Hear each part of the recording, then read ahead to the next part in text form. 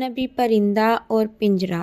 ہر وہ صبح سب سے پہلے کھڑکی کھولتی تھی، نہ کسی کے انتظار میں نہ کسی کے لیے، بس اس آسمان کو دیکھنے کے لیے جو اسے یاد دلاتا تھا کہ دنیا صرف چار دیواری تک محدود نہیں۔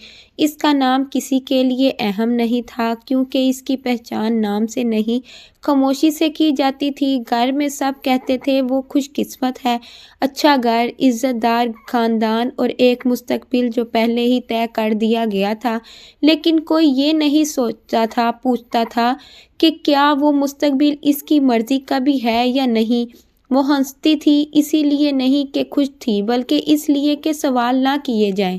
وہ خاموش رہتی تھی اسی لیے نہیں کہ کمزور تھی بلکہ اس لیے کہ بولنے کی اجازت نہیں تھی۔ ایک دن اس نے اپنی ماں سے کہا، امی اگر میں وہ زندگی نہ چاہوں جو آپ میرے لیے سوچ رہی ہیں تو کیا میں بری ہوں؟ ماں نے چونک کر اس کی طرف دیکھا، پھر آہستہ سے کہا، بیٹیاں سوال نہیں کیا کرتیں۔ یہ جملہ اس کے دل میں اتر گیا۔ وہ سمجھ گئی یہ گھر پنجرہ نہیں لگتا لیکن ہے ضرور۔ دن گزرتے گئے، فیصلے ہوتے گئے اور اس سے کہا جاتا رہا یہ سب تمہارے بھلے کے لیے ہے۔ ایک رات وہ دیر تک جاگتی رہی۔ کھڑکی کے باہر ایک پرندہ بیٹھا تھا، وہ آزاد تھا مگر تنہا بھی۔ اس نے سوچا کیا آزادی کا مطلب تنہائی ہے اور کیا قید کا مطلب تحفظ؟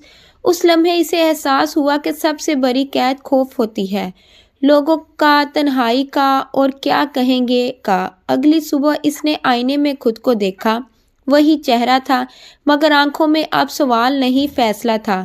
ناشتے کی میز پر اس نے آہستہ مگر واضح کہا، میں یہ زندگی نہیں چاہتی۔ کمرے میں خاموشی چھا گئی، یہ وہ خاموشی تھی جو طوفان سے پہلے آتی ہے۔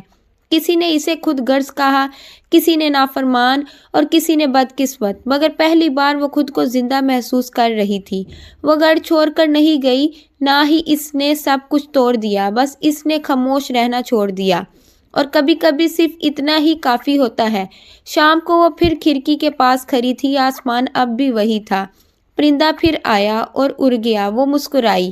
وہ ابھی اڑی نہیں تھی مگر پنجرہ پہچان چکی تھی، اور جو پنجرہ پہچان لے وہ پنجرہ زیادہ دیر قید نہیں رہتا۔ پوری ویڈیو دیکھنے کے لیے ہمارے چینل کو وزٹ کریں اور ہمارے چینل کو سبسکرائب کرنا نہ بھولیں۔ شکریہ۔